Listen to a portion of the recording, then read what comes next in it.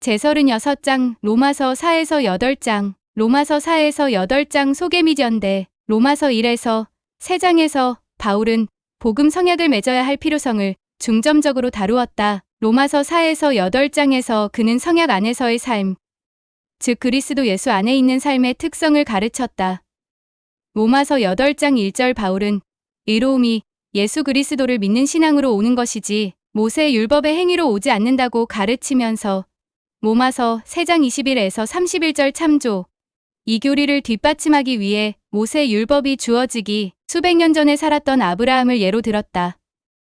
로마서 4장 참조 로마서 5장은 이 서안에서 하나의 전환점이 되는데 여기서부터 바울은 그리스도 안에서의 삶에 대해 가르치기 시작했다. 복음 성약 안에서 우리는 하나님과 화평을 누리고 믿음으로 서 있는 이 은혜에 들어간다. 로마서 5장 1에서 2절 바울은 하나님의 은혜가 죄를 묵과하지는 않으나 죄를 극복할 힘을 준다고 분명하게 밝혔다. 로마서 6장 1절에서 8장 13절 참조 침례를 통해 복음 성약을 맺는 것은 죄에 대한 우리의 죽음 및 그리스도 안에서 얻는 새 생명을 상징한다. 로마서 6장 4절 또한 3에서 11절 참조, 그 성약 관계에 충실할 때 우리는 하나님의 상속자요 그리스도와 함께한 상속자가 된다. 로마서 8장 16에서 17절, 로마서 4에서 8장 주에, 로마서 4장, 아브라함의 옛 또한 갈라디아서 3장 6에서 29절 참조, 아브라함은 모세 율법이 주어지기 수천 년 전에 살았기 때문에 그는 모세 율법을 통해서가 아니라 예수 그리스도를 믿는 신앙을 통해 의롭게 된 사람의 이상적인 본보기이다. 또한 갈라디아서 3장 6절, 17절 참조 바울은 창세기를 인용하면서 아브라함이 하나님을 믿음에 믿는 신앙을 가졌음에 그것이 그에게 의로 여겨진 의롭게 된 바 되었느니라 라고 말했다. 로마서 4장 3절 또한 창세기 15장 6절 참조 아브라함이 이런 확약을 받은 것은 할례를 받기 전의 일이다. 로마서 4장 9에서 12절 참조, 이스라엘 백성의 남성들은 모세 율법에 따라 할례 의식을 행함으로써 성약의 책임을 받아들였다. 경전 안내서 할례 그래서 바울은 이를 통해 개개인이 모세 율법에 순종함으로써가 아니라 하나님의 약속을 믿음으로써 의롭게 된다는 것을 경전 구절을 통해 보여줄 수 있었다. 그는 또한 아브라함을 언급함으로써 신앙을 갖는다는 것의 의미를 가르칠 수 있었다. 아브라함은 믿음으로 견고하여졌으며 로마서 4장 20절 유대인 할례자과 믿음을 지닌 이방인 무할례자에게서 충실한 자들의 조상으로 존경을 받았기 때문이었다. 로마서 4장 11에서 12절, 16절 참조, 로마서 4장 2절, 4에서 5절, 의롭게 되는 것은 은혜의 은사이다. 후기 성도판 영문 성경, 조셉 스미스 역, 로마서 4장 2에서 5절에서 의롭게 되는 것은 우리가 획득하는 것이 아니라 하나님에게서 오는 은사라고 밝혀준다. 만일 아브라함이 행위의 율법으로서 의롭다 하심을 받았으면 자기 자신에게는 자랑할 것이 있으려니와 하나님에게서는 없느니라. 성경에서는 무엇을 말하느냐? 아브라함이 하나님을 믿음에 그것을 그에게 의로 정하셨다 함과 같으니라. 행위의 율법으로 의롭게 된 자에게는 그 삭시 은혜로 여겨지지 아니하고 부채로 여겨지거니와 행위의 율법으로 의롭게 되기를 구하지 아니하고 경건하지 아니한 자를 의롭다 하시지 않는 이를 믿는 자에게는 그의 믿음을 의로 여기시니라. 바울은 만일 사람이 율법의 행위로 의롭게 된다면 그는 자랑할 이유가 있게 된다고 가르쳤다. 그러니까 그가 하나님 아버지로부터 받는 상은 자신의 행위에 대한 보상은 되겠지만 은혜의 은사는 아니다. 그러나 당연한 말이지만 어떤 사람도 스스로 구원을 얻을 수는 없다. 12사도 정원회의 제프리 아롤런드 장로는 영생을 상속받는 것을 포함하여 속죄의 축복은 은혜로 말미암아 얻는다며 이렇게 말했다. 속죄의 무조건적인 축복과 조건적인 축복 모두 그리스도의 은혜가 아니고서는 주어질 수 없습니다. 속죄의 무조건적인 축복이 노력으로 얻어지는 것이 아님은 자명한 사실이며 그렇다고 해서 조건적인 축복이 전적으로 우리의 노력으로만 얻어지는 것도 아닙니다. 사람은 충실하게 생활하고 하나님의 계명을 지킴으로써 추가적인 특권을 누릴 수 있으나 그러한 특권은 여전히 대가 없이 주어지는 것이지 기술적으로 얻어지는 것이 아닙니다. 몰몬경은 다음과 같이 강조합니다. 거룩하신 메시아의 공덕과 자비와 은혜로 말미암지 않고서는 하나님 면전에 거할 수 있는 육체가 하나도 없음이라. 니파이후서 2장 8절 예수 그리스도의 속죄. 이하오나 2008년 3월 5, 36쪽. 로마서 4장 4절, 16절 5장 2절, 15에서 21절 6장 1에서 2절, 14에서 15절. 은혜. 로마서 4에서 6장에서 바울은 그리스어 치아레스 은혜로 번역된 모아 치아레스메. 로마서 5장 15에서 16절에서 선물로 번역됨을 반복해서 언급하며 자신이 앞서 소개한 은혜의 교류를 로마서 3장 24절 참조 상세히 설명했다. 은혜란 주 예수 그리스도의 속죄를 통해 주어진 도움 혹은 힘을 말한다. 하나님의 은혜로 말미암아 살았던 모든 사람들은 부활할 것이며 우리의 영은 우리의 육체와 결합하여 다시는 분리되지 않을 것이다. 주님의 은혜로 말미암아 그분은 또한 그분의 복음대로 사는 사람들이 회개하여 용서받을 수 있게 해주신다. 은혜는 하나님 아버지께서 그분의 아들 예수 그리스도를 통해 주시는 은사이다. 경전에서 사용되는 은혜란 말은 주로 예수 그리스도의 자비와 사랑을 통해 주어지는 가능케 하는 힘과 영적인 치유를 나타낸다. 이 가능케 하는 힘을 받기 위해 우리는 예수 그리스도의 복음에 순종해야만 한다. 그것은 그분을 믿는 신앙을 가지는 것과 우리의 죄를 회개하고 침례를 받고 성신의 은사를 받으며 남은 생애 동안 예수 그리스도의 가르침을 따르도록 노력하는 것들을 포함한다. 에베소서 2장 8에서 9절 야고보서 2장 17에서 22절 리파이후서 25장 23절 31장 20절 참조. 하나님의 은혜는 날마다 우리를 돕는다. 그것은 우리가 혼자서는 할 수 없었던 선행을 하도록 우리를 강화시킨다. 주께서는 우리가 그분 앞에 스스로를 낮추고 그분을 믿는 신앙을 갖는다면 그분의 은혜로 우리의 모든 개인적 약점을 극복하도록 우리를 도우실 것이라고 약속하셨다.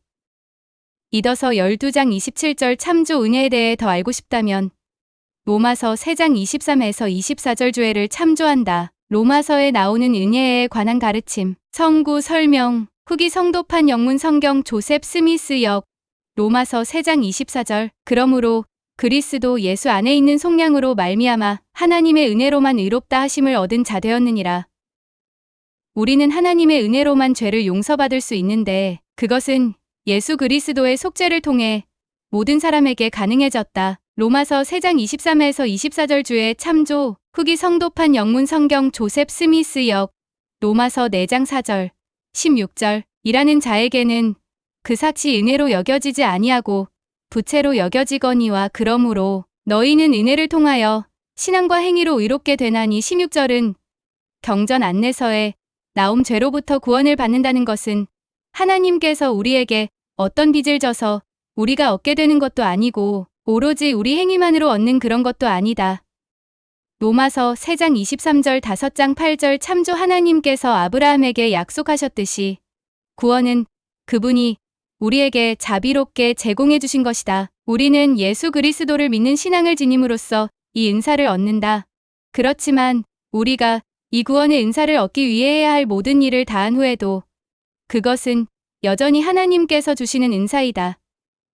이파이후서 25장 23절 참조. 로마서 5장 1에서 2절. 또한 예수 그리스도로 말미암아 우리가 믿음으로 서 있는 이 은혜에 들어감을 얻었으며 서 있는 이란 말은 어떤 상태에 있으면서 굳건히 남아있는 것을 의미할 수 있다. 따라서 우리의 신앙을 예수 그리스도에 두고 복음 성약을 맺을 때 우리는 일 하나님의 은총을 입는 상태에 있으면서 이 하나님으로부터 힘을 받아 충실히 남아있게 된다. 로마서 5장 20에서 21절. 죄가 더한 곳에 은혜가 더욱 넘쳤나니 하나님의 은혜에 대한 궁극적인 표시인 예수 그리스도의 속죄는 타락의 결과를 온전히 이겨냈으며 로마서 5장 14에서 21절 참조. 그것은 죄를 극복하고 용서받을 수 있게 하는 힘으로 차고 넘친다. 우리를 위한 주님의 은혜는 족하다. 고린도후서 9장 8절 이더서 12장 26에서 27 모로나이서 10장 32절 교리와 성약 17편 8절 참조. 로마서 6장 1에서 2절 14에서 15절. 은혜를 더하게 하려고 죄에 거하겠느냐. 그럴 수 없느니라. 죄가 너희를 주장하지 못하리니 이는 너희가 법 아래에 있지 아니하고 은혜 아래에 있음이라. 그런즉 어찌하리요. 우리가 법 아래에 있지 아니하고 은혜 아래에 있으니 죄를 지으리요. 그럴 수 없느니라. 하나님의 은혜는 죄를 묵과하지 않으며 죄를 극복할 힘을 준다. 그것은 우리가 죄에 대하여 죽게 한다. 로마서 6장 2절, 로마서 4장 16절. 참된 신앙은 행동으로 이어진다. 로마서 4장 16절에 대한 조셉 스미스 역에는 그러므로 너희는 은혜를 통하여 신앙과 행위로 의롭게 되나니라고 나온다. 이 성구는 신앙이 개인의 행위, 충실 또는 품성에 어떠한 변화도 일으키지 않는 그저 수동적인 믿음이라는 오해를 불식시킨다. 바울은 신앙을 행동의 원리로 여겼다. 바울이 신앙 피스티스과 신앙을 갖다 또는 믿다 피스튜에 대해 사용한 그리스어는 개인적인 헌신과 행동으로 귀결되는 강한 신념을 암시한다. 여기에는 신뢰, 확신, 충실함, 순종 등의 의미가 내포되어 있다. 그래서 바울은 믿어 순종하는 것, 즉 신앙에서 비롯되는 순종 로마서 1장 5절 16장 26절 복음을 순종하는 것 로마서 10장 16절 순종으로 의에 이르는 것에 대해 기록했다. 로마서 6장 16절 바울의 관점에서 볼 때 예수 그리스도를 믿는 신앙을 지닌 사람은 당연히 회개하고 침례 의식과 성신을 받으며 신앙으로 견딘다. 사도행전 16장 30에서 33절 19장 1에서 6절 로마서 6장 1에서 11절 고린도전서 6장 9에서 11절 고린도후서 10장 5절 참조 마찬가지로 12사도 정원회의 조셉 비워스린 장로는 순종하지 않으면 우리가 갖고 있는 모든 것은 모방의 신앙, 즉 약하고 힘없는 신앙일 뿐이라고 말했다. 인자가 세상에서 믿음을 보겠느냐? 리아오나 2002년 11월호 83쪽 참된 신앙이 어떻게 개인의 행동에서 드러나는지에 대해 더 알아보려면 야고보서 2장 14에서 26절 주애를 참조한다. 로마서 4장 18에서 22절 이 성구들에서 아브라함의 신앙을 묘사하는 문구는 무엇인가? 이 성구들에서는 믿음으로 견고하여지는 것이 의미하는 바에 대해 무엇을 배울 수 있는가? 로마서 4장 18에서 22절 아브라함의 신앙 아브라함은 100세의 나이에 아직 아들 이삭을 낳지도 않았으면서도 셀 수도 없이 많은 자손을 주겠다는 주님의 약속을 줄기차게 믿었다. 아브라함은 하나님의 약속을 의심하지 않고 로마서 4장 20절 가망이 없어 보이는 상황에서도 희망을 잃지 않았다. 로마서 4장 18에서 21절 참조 제프리 아롤런드 장로는 교회 회원들에게 아브라함처럼 계속 희망을 품고 신성한 약속을 신뢰하라며 격려했다. 애쓰고 있을 분들께 저는 견디어내라고 말씀드립니다. 계속 노력하십시오. 하나님은 여러분을 사랑하십니다. 모든 일들이 나아질 것입니다. 그리스도께서는 더 좋은 약속의 미래를 가지고 그분의 더 아름다운 직분으로 여러분에게 오십니다. 그분은 장래 좋은 일의 대제사장입니다. 저는 가족과 친구들을 떠나서 거부와 실망, 그리고 적어도 처음 얼마 동안은 향수병을 겪게 될 새로 부름받은 선교사들에 대해 생각해봅니다. 저는 여전히 학교에 다니면서 아니면 이제야 학교를 끝내고 언젠가는 보다 나은 재정적 상태가 될 것이라는 희망을 갖고서 수입 범위 내에서 생활하려고 노력하고 있는 젊은 어머니, 아버지에 대해서도 생각해봅니다. 또 결혼을 하고 싶어 하나 아직 못한 분, 자녀를 갖기를 바라나 그러지 못한 분, 아는 사람은 있으나 친구는 별로 없는 분, 죽음으로 슬픔을 겪거나 질병으로 아프신 분들에 대해서도 생각합니다. 저는 자기 자신이나 다른 사람의 죄로 인해 고통받고 있으나 되돌아올 길이 있고 행복을 되찾을 수 있음을 알 필요가 있는 분들에 대해서도 생각합니다. 저는 쓸쓸하고 억압받으며 삶을 허비했다고 여기거나 이제 삶이 끝나기를 바라는 분들에 대해서도 생각합니다. 이 모든 분들과 다른 분들에게 저는 여러분의 신앙에 의지하라고 말씀드립니다. 여러분의 소망에 의지하십시오. 항상 기도하고 또 믿으십시오. 교리와 성약 90편 24절 참으로 바울이 아브라함에 대해 기록한 것처럼 아브라함은 바랄 수 없는 중에 바라고 믿었으며 또 믿음이 없어 의심하는 일이 없었습니다. 그는 믿음으로 견고하였으며 하나님께서 약속하신 그것을 또한 능히 이루실 줄을 확신하였습니다. 로마서 4장 18절 20에서 21절 어떤 축복은 곧 오며 어떤 축복은 나중에 그리고 어떤 축복은 하늘에 이를 때까지 오지 않으나 예수 그리스도의 복음을 받아들인 이들에게는 그것이 옵니다. 장래 좋은 일의 대제사장 리아오나 2000년 1월 42, 45쪽 로마서 5장 1에서 11절 이 성구들에서 예수 그리스도를 믿는 신앙을 통해 의롭게 된 사람들이 받는 축복을 묘사하는 문구에는 어떤 것들이 있는가? 여러분은 삶에서 어떤 식으로 이런 축복을 경험했는가? 로마서 5장 5절 소망이 우리를 부끄럽게 하지 아니함. 소망이 우리를 부끄럽게 하지 아니한다는 바울의 가르침은 로마서 5장 5절 우리가 하나님이 약속하신 것들에 대해 품는 소망이 실현될 것을 의미한다. 또한 이 성구에서 우리는 하나님의 사랑 이 성신을 통해 오는 은사라는 것을 알게 된다. 로마서 5장 6에서 8절 과분한 은혜 우리가 아직 죄인 되었을 때에 그리스도께서 우리를 위하여 죽으심으로 경전에는 은혜를 우리가 행한 일의 결과로서 하나님으로부터 받는 것으로 묘사되어 있기도 하다. 예를 들어 몇몇 성구에서는 우리의 행동에 따라 우리가 은혜 안에서 성장하거나 은혜에서 떨어질 수 있다고 가르친다. 요한복음 1장 16절 갈라디아서 5장 4절 베드로후서 3장 18절 교리와 성약 93편 12에서 13절 19에서 20절 참조. 그러나 다른 성구들에는 은혜가 우리의 행동과는 관계없이 하나님으로부터 받는 것으로 기술되어 있다. 로마서 5장 6에서 8절 역시 그러한 성구 중 하나이다. 이 성구에서 바울은 우리가 아직 죄인 되었을 때에 예수 그리스도께서 우리를 위해 돌아가셨다고 가르쳤다. 그리스도의 죽음은 우리를 향한 하나님의 사랑을 여실히 보여주는 사건이다. 로마서 5장 8절 또한 요한복음 3장 16절 요한일서 4장 19절 참조 속죄는 우리가 얻거나 받을 자격이 있는 것이 아니라 우리가 아직 연약할 때에 로마서 5장 6절 즉 우리가 완전히 무력하고 속수무책일 때 주어진 은사였다. 로마서 5장 15절 따라서 하나님의 아들이라는 선물은 하나님께서 당신의 자녀들에게 주시고자 하는 과분한 은총과 도움으로 은혜의 한 예가 된다. 로마서 5장 9에서 10절, 15절, 17절, 20절 더욱 로마서 5장에서 바울은 은혜와 속죄의 축복이 우리의 영적 필요사항을 해결하고도 남을 만큼 풍성하다는 것을 보여주기 위해 더욱 이란 말을 반복해서 사용했다. 로마서 5장 6에서 10절에서는 우리가 원수되었을 때에 즉 우리가 죄가 많고 스스로를 구원할 힘이 없을 때 하나님께서 아들을 보내셔서 우리가 그분과 화목하게 될 수 있게 하셨다고 가르친다. 이제 우리는 화목하게 되었으므로 즉 구주의 속죄를 받아들이고 그분과 성약 관계를 맺었기에 하나님께서 우리의 구원을 위해 계속해서 우리와 함께 일하실 것을 더욱 확신할 수 있다. 로마서 5장 15절,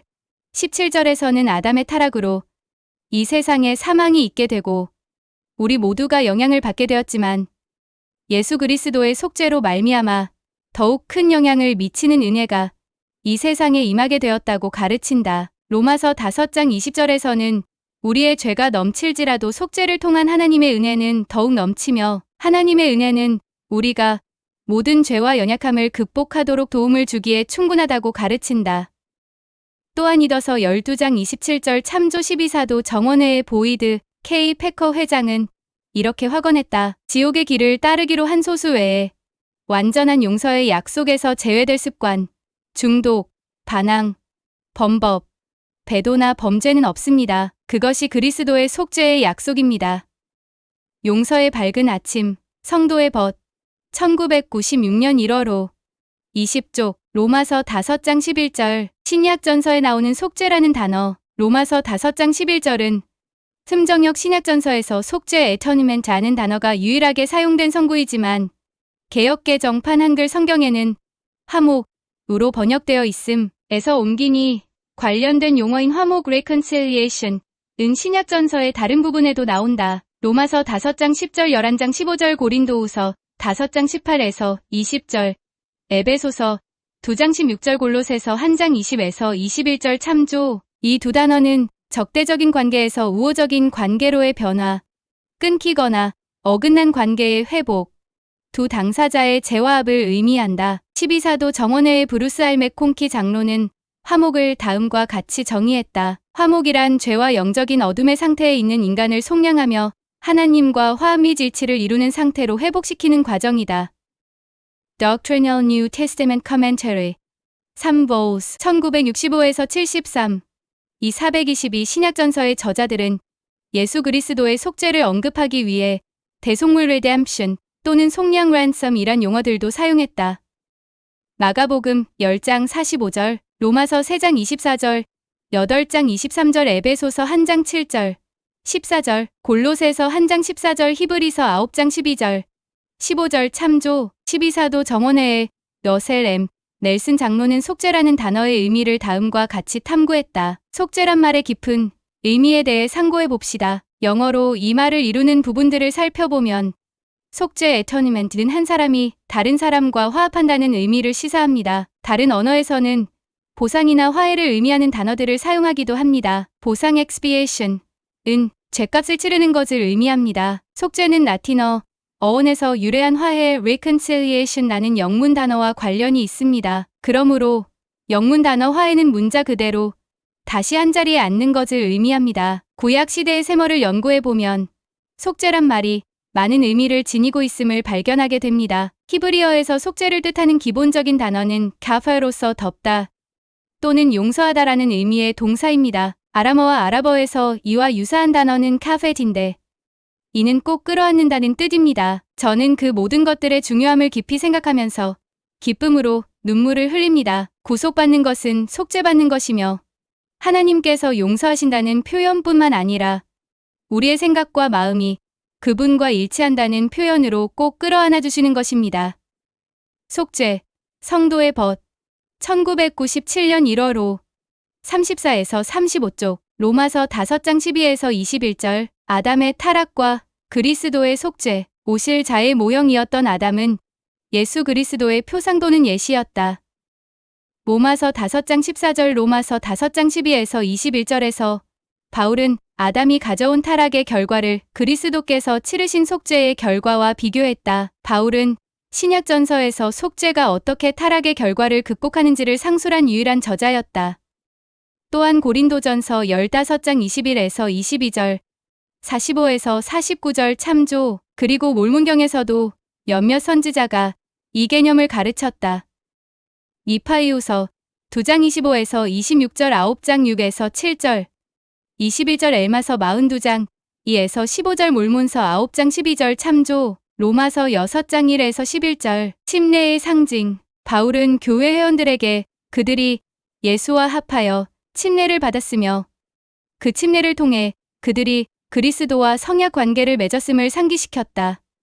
로마서 6장 1에서 4절 참조. 계속해서 죄를 짓는 것을 선택한 교회 회원들은 그 성약 관계와 양립할 수 없었다. 더욱이 바울은 침례가 그리스도와 함께 장사되었으며 죄에 대하여는 죽은 자요 하나님께 대하여는 살아있는 자가 됨을 상징한다고 가르쳤다. 로마서 6장 41 침례는 다시 태어나는 것으로 침례의 물에서 나오는 것으로 상징된다. 우리가 세상에 태어나 살아있는 영혼이 된 것과 마찬가지로 우리는 거듭나서 하나님 왕국의 회원이 되어야만 하며 이 두 가지 탄생에는 모두 물과 피와 영이라는 공통 요소가 포함되어 있다. 모세서 6장 59에서 60절 참조. 12사도 정원회의 엘톰 페리 장로는 이렇게 설명했다. 사도 바울에 따르면 침례는 우리가 물의 무덤으로 내려갔다가 그리스도 안에서 새 생명, 로마서 6장 4절으로 일어서는 것을 상징합니다. 침례의식은 그리스도의 죽음과 부활을 상징하며 우리는 그분과 함께 죽음으로써 그분과 함께 살 수 있습니다. 예수 그리스도의 복음, 리아오나 2008년 5월 5, 46쪽. 게다가 바울이 침례를 매장에 비유한 것은 침례가 침수로 행해졌음을 암시하며 예수께서도 이와 같은 방법으로 침례를 받으셨다. 12사도 정원회의 로버트 디에이즈 장로는 침례에 수반되는 새 생명에 로마서 6장 4절대에 이렇게 가르쳤다. 교회의 많은 회원들이 침례의 물로 들어갈 때 어떤 일이 일어나는지 완전히 이해하지 못합니다. 죄사함의 놀라운 은사를 이해하는 것은 매우 중요한 일입니다. 그러나 그것 말고도 더 있습니다. 여러분과 여러분의 자녀들을 침례받을 때 영원히 변화된다는 것을 이해합니까? 침례를 받을 때 우리는 예수 그리스도의 거룩한 이름을 받듭니다. 그분의 이름을 받드는 것은 이 생에서 우리가 하는 가장 중대한 경험 중 하나입니다. 그러나 때로 우리는 완전히 이해하지 못한 채 그러한 경험을 거칩니다. 우리의 자녀 중 얼마나 많은 수가, 또한 우리 가운데 얼마나 많은 사람이 우리가 침례를 받을 때 그리스도의 이름뿐 아니라 순종의 법까지도 받든다는 것을 진정으로 이해하고 있습니까? 저는 그분 왕국의 일원인 우리 모두가 우리의 침례와 확인이 그분의 왕국에 들어가는 문이라는 사실을 이해할 수 있기를 간구합니다. 왕국에 들어갈 때 우리는 그분의 왕국에 속하겠다는, 그것도 영원히 속하겠다는 성약을 맺는 것입니다. 침례 성약, 왕국 안에 있으며 왕국에 속해 있음. 리아오나 2001년 1월 5, 8에서 9쪽, 로마서 6장 12에서 23절, 죄의 종 또는 의의 종, 바울의 기록에서 흔히 종으로 번역된 그리스어는 노예를 의미하기도 하며, 바울은 죄를 선택했을 때 따르는 영적 결과를 가르치기 위해 노예 신분을 비유해 사용했다. 노예 제도는 로마 제국에서 흔하게 행해졌기 때문에 바울의 독자들은 종이 주인에게 복종하듯이 하나님께 복종하는 것 로마서 6장 13절 참조, 또는 죄의 종이 되는 것과 로마서 6장 17절 20절 참조 같은 비유를 쉽게 알아들었을 것이다. 고대 로마에서 노예들은 자신의 몸값을 지불하고 자유를 얻거나 주인에 의해 자유의 몸이 될 수 있었다. 바울은 계속해서 노예에 대한 비유를 사용하여 예수 그리스도께서 속죄를 통해 죄로부터 자유로워지는 대가를 치르셨다고 가르쳤다. 로마서 3장 24절 그러나 자유는 그분을 따르는 사람들이 삶에서 죄를 버리고 의에게 종이 될 때 로마서 6장 18절 성취될 수 있다. 바울은 우리가 죄에 굴복할 때의 결과 또는 하나님께 복종할 때의 결과를 가르치기 위해 노예 상태를 비유로 들었다. 로마서 6장 12에서 15절, 죄가 너희 죽을 몸을 지배하지 못하게 하여 침례를 받고 나면 우리의 주인은 의로워야 하며 죄를 짓지 않아야 한다. 우리는 속량과 생명을 주는 속죄의 권능을 통해 죄라는 노예 상태에서 자유로워질 수 있다. 중독 행위를 포함한 많은 죄는 죄인을 주장하는 지배하는 경향이 있다. 로마서 6장 14절 예를 들어 러셀 M. 넬슨 회장은 중독성 물질에 대해 말씀하면서 무해하게 보이는 실험이 예속적인 습관으로 이어질 수 있으며 이런 경향은 다른 많은 죄에도 적용된다는 점을 다음과 같이 설명했다. 처음에는 시험해본다는 사소한 생각에서 악순환이 시작될 수 있습니다. 시도가 습관이 됩니다. 습관에서 의존으로, 의존에서 중독으로 발전합니다. 점차적으로 빠져들게 됩니다. 습관은 노예의 굴레처럼 너무도 사소해서 중단할 수도 없을 정도로 그 습관이 확고해진 후에야 비로소 감지됩니다. 중독은 이후에 선택할 자유를 굴복시킵니다. 중독을 원하는가, 자유를 원하는가. 성도의 벗, 1989년 1월 5, 6에서 7쪽, 로마서 6장 16에서 23절, 죄의 보상과 의의 보상, 로마서 6장 16에서 23절에서 바울은 죄의 보상과 의의 보상을 설명했다. 죄는 영적 사망을 낳지만 하나님의 은사는 영생이다. 로마서 6장 23절 하나님의 왕국에서 구원을 받는 것은 하나님의 모든 은사 중 가장 큰 것이니라. 무릇 구원의 은사보다 더 큰 은사가 없음이니라. 교리와 성약 6편 13절, 로마서 7장 1에서 4절, 두 가지 혼인 관계에 대한 비유, 모세 율법으로부터 자유로워짐, 그리스도와 결합함. 바울은 아내가 남편에게 매여 있듯이 이스라엘 백성이 한때 모세 율법에 매여 있었음을 설명하기 위해 혼인 관계를 비유로 사용하였다. 그러나 이제는 모세 율법이 성취되었으므로 이스라엘 백성은 예수 그리스도에게 매여야 한다. 즉, 그들은 그리스도와 혼인 관계를 맺어야 한다. 브루스 알메콩키 장로는 이렇게 설명했다. 로마서 7장 1에서 4절에서 바울은 이스라엘 백성이 모세 율법에 헌신하는 것을 아내가 남편에게 헌신하는 것에 비유한다. 남편이 살아있는 한 아내는 남편에게 매여 있으며 그가 정한 법에 순종해야만 한다. 만일 아내가 다른 남자와 함께 한다면 그녀는 간음을 범하는 것이다. 하지만 남편이 죽으면 그는 더는 아내에게 어떤 행동을 지시할 수 없으며 아내는 자유롭게 다른 남자와 혼인할 수 있다. 아내는 이제 죽은 남편에게 예속되지 않기 때문이다. 이스라엘 백성과 율법도 마찬가지다. 율법이 존속하고 그런 까닭의 효력을 발휘하는 한 이스라엘 백성은 율법과 혼인 관계에 있으므로 그 규정에 순종해야 한다. 그러나 이제 율법은 성취되어 더는 존속하지 않으며 그리스도 안에서 죽은 바 되었다. 그러므로 이스라엘은 다른 사람, 곧 그리스도와 혼인 관계를 맺고 있으며 이제는 그리스도의 복음 율법에 순종해야 한다. Doctrinal New Testament Commentary 이 253에서 254 로마서 7장 5에서 14절 8장 3에서 4절 율법이 할 수 없는 그것 몇몇 독실한 유대인들은 바울이 모세 율법에 반대하여 모독적으로 말한다고 그를 비난했다. 사도행전 21장 28절 참조 로마서 7에서 8장에서 바울은 모세 율법은 훌륭했으나 한계가 있었다고 설명함으로써 자신의 입장을 분명히 했다. 율법은 죄가 무엇인지를 규정해 준다. 율법으로 죄를 깨닫게 되었으므로 율법은 신성한 것이었다. 로마서 3장 20절 7장 7절 12에서 13절 참조 그러나 율법은 인간을 육신에 속하여 죄 아래에 팔리게 만드는 타락의 결과를 극복할 수 없으며 로마서 7장 14절 율법만으로는 인간의 연약함에 대한 문제를 바로잡거나 사람들이 영을 통해 변화하도록 방편을 제공할 수도 없었다. 로마서 8장 3에서 4절 갈라디아서 3장 21절 참조 그렇기에 우리는 예수 그리스도의 속죄를 통해 얻게 된 은혜가 필요하다. 로마서 7장 14에서 27절 명확한 설명 조셉 스미스 역 로마서 7장은 이 어려운 성구들에 대해 다수의 명확한 설명을 제공한다.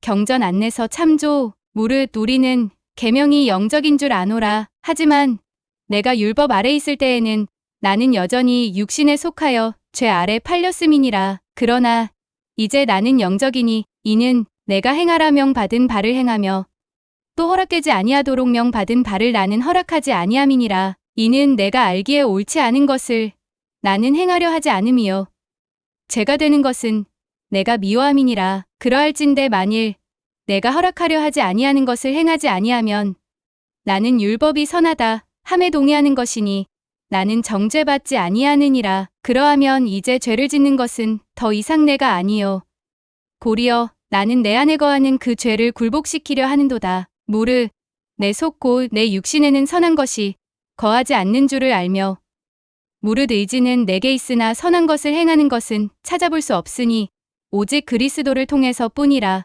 무릇 내가 율법 아래 있을 때 행하였을 선은 선하지 않음을 내가 알게 되었나니 그러므로 나는 이를 행하지 아니하노라. 그러나 내가 율법 아래에서 행하고자 아니한 악은 내가 선함을 알게 되었나니 이를 나는 행하는도다. 이제 만일 내가 그리스도의 도움을 통하여 율법 아래에서 행하고자 아니한 것을 행하면 나는 율법 아래 있지 아니하나니 더 이상 내가 잘못 행하기를 구하지 아니하고 도리어 내 안에 거하는 죄를 굴복시키기를 구하노라. 그리하여 율법 아래에서 내가 안 것은 선을 행하고자 할 때 악이 나와 함께 있다는 것이라. 이는 내가 속사람으로는 하나님의 법을 즐거워함이니라. 그리고 이제 나는 다른 율법을 보나니 곧 그리스도의 계명이라. 이는 내 마음속에 새겨져 있도다. 그러나 내 지체는 내 마음의 법과 싸워 내 지체 속에 있는 죄의 법 아래로 나를 사로잡아 오는도다. 만일 내가 내 안에 있는 죄를 굴복시키지 못하고 육신을 따라 죄의 법을 섬길진대 오나는 곤고한 사람이로다. 이 사망의 몸에서 누가 나를 건져내랴? 우리 주 예수 그리스도로 말미암아 하나님께 감사하리로다. 그런즉 내 자신이 마음으로 하나님의 법을 섬기노라. 로마서 7장 14절에서 8장 13절 육신과 속사람 간의 싸움 로마서 7에서 8장에서 바울은 속사람과 육신 간의 싸움에 대해 기록했다. 로마서 7장 22절 25절 또한 갈라디아서 5장 17절 참조 아담의 타락으로 말미암아 우리의 육신은 하나님의 율법에 반하는 행동을 하도록 이끄는 감정과 욕구를 이따금 경험한다. 이파이우서 2장 29절 리더서 3장 2절 참조 바울은 이 성구들에서 나, 내 육신, 내 속에 거하는 죄 등의 1인칭 대명사를 사용했다. 하지만 그의 가르침은 하나님의 율법에 따라 생활하려 애쓰는 모든 사람이 공통으로 겪는 내적 갈등을 묘사한다. 다른 고대 기록자들과 마찬가지로 그는 모든 사람에게 적용되는 상황을 논하기 위해 때로 1인칭으로 수사학적 기록을 했다. 로마서 3장 7절 고린도전서 13장 1에서 3절 참조. 내 자신이 마음으로는 하나님의 법을, 육신으로는 죄의 법을 섬기노라 라는 바울의 말은 로마서 7장 25절 바울이 육신의 유혹에 굴복했다는 뜻이 아니라 그가 하나님께 복종하는 바로 그 순간에 그의 육신이 그와 대립했음을 의미했다. 중요한 점은 바울이 육신의 연약함으로부터 구조받을 수 있는 근원을 알고 있었다는 것이다.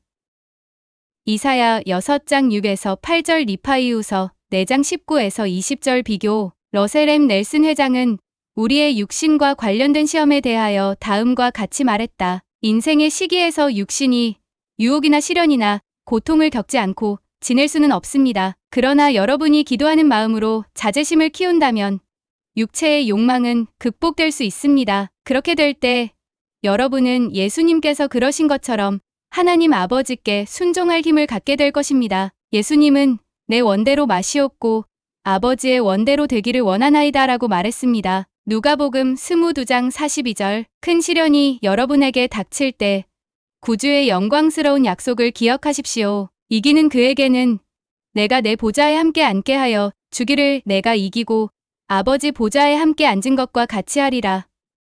요한계시록 3장 21절 극기 성도의 벗. 1986년 1월 5.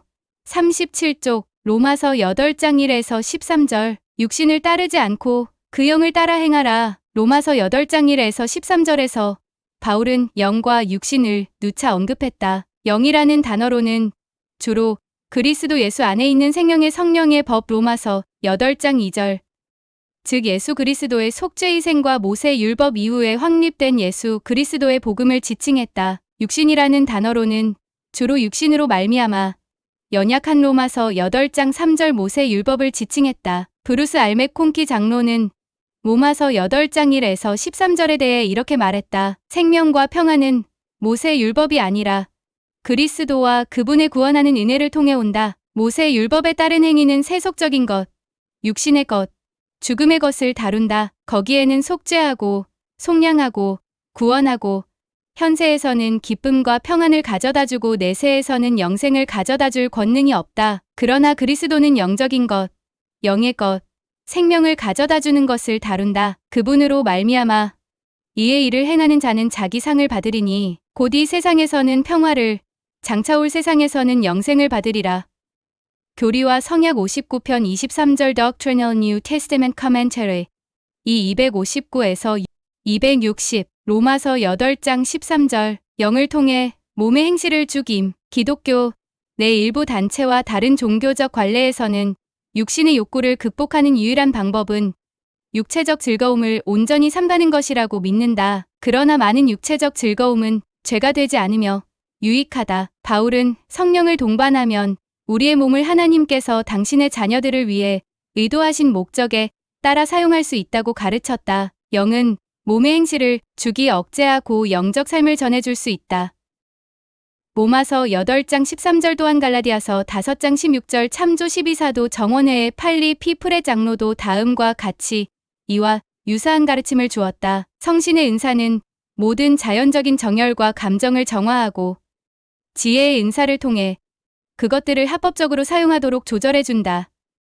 Key to the Science of Theology 1978, 61. 로마서 8장 14에서 16절. 우리가 하나님의 자녀인 것. 경전에서 우리가 하나님의 자녀로 로마서 8장 16절 언급될 때는 한 가지 이상의 의미를 지닌다. 첫째, 모든 사람은 글자 그대로 하나님 아버지께서 사랑하시는 영의 자녀들이다. 말라기 2장 10절 사도행전 17장 29절 히브리서 12장 9절 가족 세상에 전하는 선언문.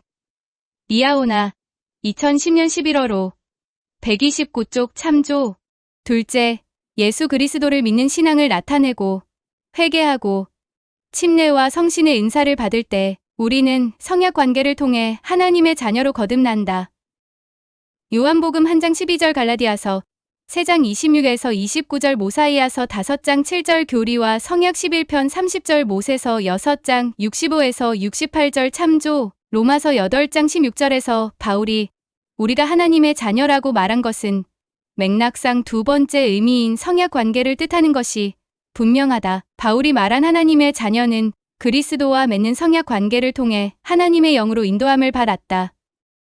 로마서 8장 14절 성신의 동반은 하나님께서 우리가 하나님의 성약의 자녀이며 우리가 충실할 경우 언젠가는 예수 그리스도와 함께 영광을 받으리라는 것을 확신시켜 주시는 것이다.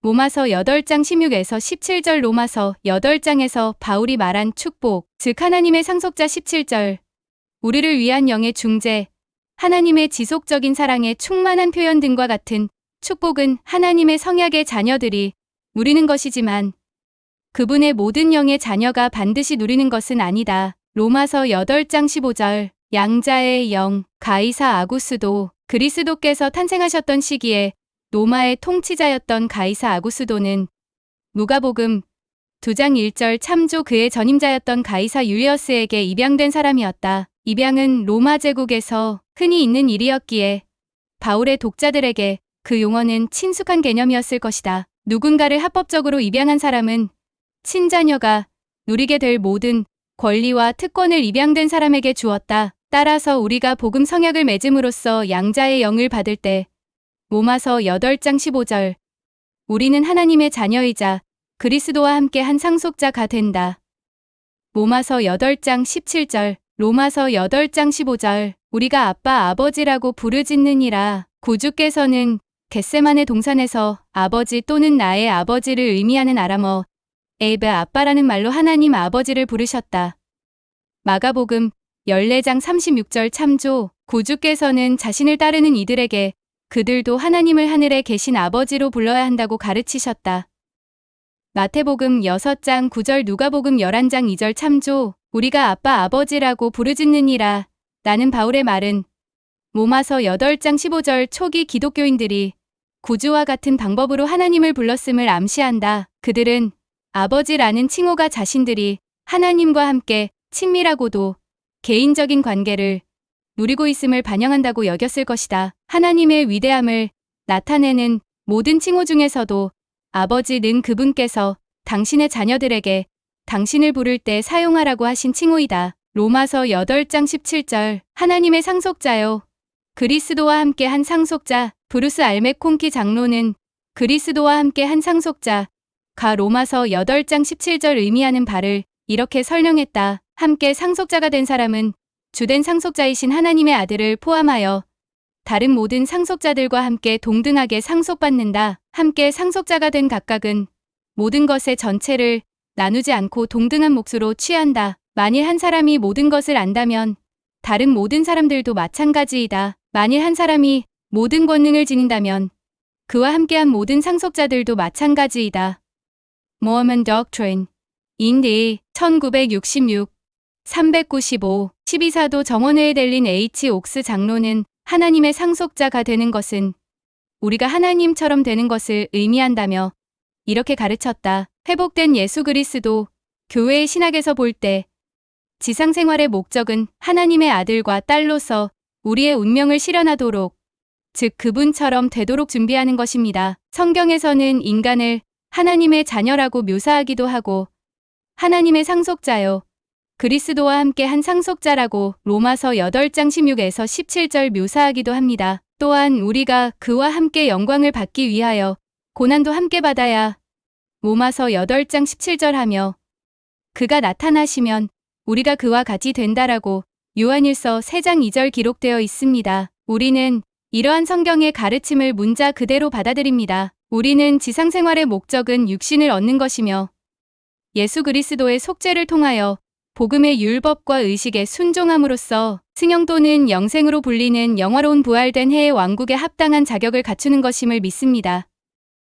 대도와 회복, 성도의 벗, 1995년 7월 5, 85쪽, 로마서 8장 17절, 우리가 그와 함께 영광을 받기 위하여 고난도 함께 받아야 할 것이니라. 바울이 그리스도와 함께 고난을 받아야 한다고 말한 것은 구주께서 속죄희생의 일부로 겪으신 고통을 우리도 겪는다는 의미가 아니라 우리의 고통을 그분과 함께 겪게 될 것이라는 의미였다. 마태복음 11장 28에서 30절 참조 70인 정원회의 키스 알 에드워즈 장로는 이런 식으로 고통을 대처하면 구주를 더 잘 알 수 있다며 다음과 같이 설명했다. 고난, 슬픔, 비통함을 대처할 때 그리스도에 초점을 둠으로써 우리는 영적인 교훈을 배울 수 있습니다.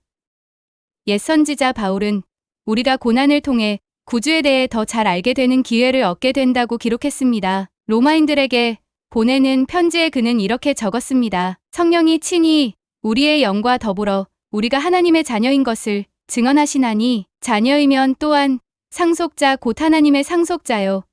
그리스도와 함께 한 상속자니 우리가 그와 함께 영광을 받기 위하여 고난도 함께 받아야 할 것이니라. 로마서 8장 16에서 17절. 그렇다고 일부러 어려움이나 고난을 찾지는 마십시오. 이 선구가 가르치는 것은 그러한 것이 아닙니다. 우리가 구주를 더 잘 알게 해주는 것은 우리가 어떤 태도로 우리에게 주어진 어려움과 고난에 대처하느냐 하는 것을 가르치는 것입니다. 고난이 고의로 온 것이든 무심코 온 것이든 우리가 고난을 견뎌야 할 때 우리는 남다른 상황에 처하게 되며 우리가 선택한다면 하나님의 아들이 당하셨던 고난에 대한 새로운 인식을 갖게 됩니다. 우리는 그분이 겪으신 고통에 대해 더 깊이 이해하고 감사할 수 있으며 그분의 영이 우리를 위로하시는 것을 느낄 수 있고 우리의 구주를 매우 실제적으로 알 수 있습니다. 그리하여 그들이 당신을 알도록 이하오나 2006년 11월호 99에서 101쪽. 로마서 8장 26에서 27절. 성령이 우리를 위하여 친히 간구하시느라 다른 사람을 위해 간구하거나 행하는 것을 중보라고 한다. 로마서 8장 26에서 27절에서 바울은 때때로 우리는 마땅히 기도할 바를 알지 못하나 오직 성령이 말할 수 없는 탄식으로 우리를 위하여 친히 간구하시느니라 라고 가르쳤다. 브루스 알맥콩키 장로는 영이 우리를 위해 중보하는 것에 대해 다음과 같이 설명했다. 성신은 충실한 이들을 인도하며 그들이 주님의 마음과 뜻을 알고 말하도록 이끈다. 완전한 기도는 언제나 영으로부터 영감을 받는 기도이며 그런 기도는 늘 응답된다. 영은 우리가 구해야 할 것을 미리 알려주기 때문이다. Doctrinal New Testament Commentary.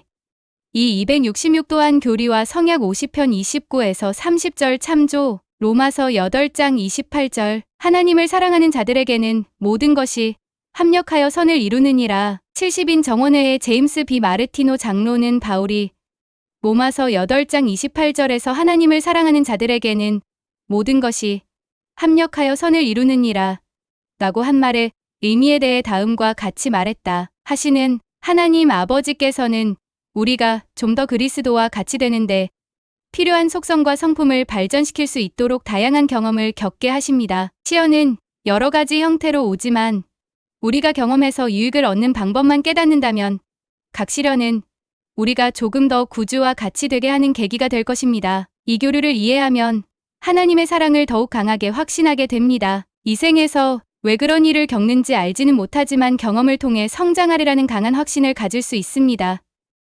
모든 것이 합력하여 선을 이루느니라. 리아오나 2010년 5월호 101쪽. 로마서 8장 29절. 그 아들의 형상을 본받게. 선지자 조셉 스미스는 하나님의 아들의 형상을 본받는다는 말이 의미하는 바를 다음과 같이 말했다. 하나님은 천지를 창조하신 후 이렇게 말씀하셨습니다. 우리의 형상을 따라 사람을 만들 자. 누구의 형상입니까? 하나님이 하나님의 형상대로 사람들, 즉 무죄하고 순진하며 결점 없는 남자와 여자, 하나님과 똑같은 속성과 형상을 지닌 사람들을 창조하셨습니다. 창세기 1장 26에서 27절. 참조. 인간은 타락했을 때 그 형상을 잃지 않았으며 그의 속성은 그의 창조자인 그리스도의 형상을 그대로 유지했습니다. 그리스도는 사람의 형상을 하고 있으며 또한 아버지의 형상을 하고 있습니다.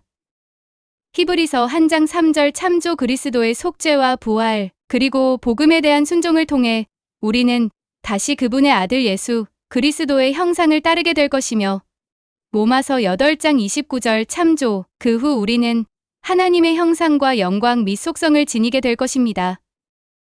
교회 회장들의 가르침. 조셉 스미스 2007 52쪽. 또한 고린도후서 3장 18절. 요한일서 3장 2절. 엘마서 5장 14절. 참조. 로마서 8장 29절. 많은 형제 중에서 맏아들. 바울은 예수 그리스도를 많은 형제 중에서 맏아들로 언급했다. 로마서 8장 29절 또한 히브리서 2장 17절 참조 구주를 형 오빠으로 부르는 것은 어떤 면에서 정확하지만 우리가 우리의 구주요 창조주이며 아들이신 하나님으로서 그분께 마땅히 드려야 할 존경을 의도치 않게 축소하게 될 수도 있다. 12사도 정원회의 M. 러셀벨라드 장로는 이렇게 설명했다. 일부 후기 성도들은 그리스도께서 하나님이시라는 사실과는 대조적으로 그분이 아들이시라는 점에 초점을 맞추는 경향이 있습니다. 지상 가족의 일원으로서 우리는 그분을 자녀, 아들, 형으로 이야기할 수 있습니다. 그런 관계가 어떤 것인지를 알기 때문입니다. 우리는 그것을 개인적인 관계로 만들 수 있습니다. 우리 자신이 자녀이며 아들과 딸이고 형제와 자매이기 때문입니다. 일부 사람들에게는 그분을 하나님으로 언급하는 것이 좀 더 어려울지도 모릅니다. 그래서 그리스도께 더 가까이 다가가고 그분에 대해 다정하고 개인적인 감정을 발전시키려는 시도에서 일부 사람들은 그분에게 인간성을 부여하며 때로는 그분의 신성을 인지하지 못하는 경향이 있습니다. 그러므로 이 점을 분명히 합시다. 예수님이 전세에서 우리의 맏형이었다는 것은 사실이지만 현세에서 우리가 복음 성약 안에서 그분의 아들과 딸로서 거듭났다는 사실이 중요하다고 우리는 믿습니다. Building Bridges of Understanding, Ensign, 준 1998-67, 로마서 8장 29에서 30절, 예정설, 로마서 8장 29에서 30절에서 미리 정하다 predestinate로 번역된 그리스어 단어는 미리 지명하다라는 뜻이며 하나님의 미리 아심에 의거하여 일부 사람들이 예수 그리스도를 따르고 그분과 같이 되도록 예임되는 것을 나타낸다. 또한 에베소서 1장 3에서 4절 베드로전서 1장 2절 참조 예임은 개인이 특정한 부름이나 책임을 받게 된다고 보장하지는 않는다. 그러한 기회는 예임이 전세에서의 의로움의 결과로 왔듯이 이 세상에서 선택의지를 의롭게 행사한 결과로 온다. 예임, 신앙의 충실함 복음 참고서 2004, 142쪽 또한 엘마서 13장 3에서 4절 참조, 로마서 8장 31절, 바울은 이 성구에서 하나님이 우리 편이시며 우리를 위해 일하신다고 말했다. 로마서 8장 26에서 39절에서 하나님이 우리를 위하신다는 것을 어떤 말로 알 수 있는가? 로마서 8장 31에서 32절, 만일 하나님이 우리를 위하시면 누가 우리를 대적하리요? 십자가형 중에 깃든 어둠, 폴 구스타브 도레, 우리가 아직 죄인 되었을 때에 그리스도께서 우리를 위하여 죽으심으로 하나님께서 우리에 대한 자기의 사랑을 확증하셨느니라.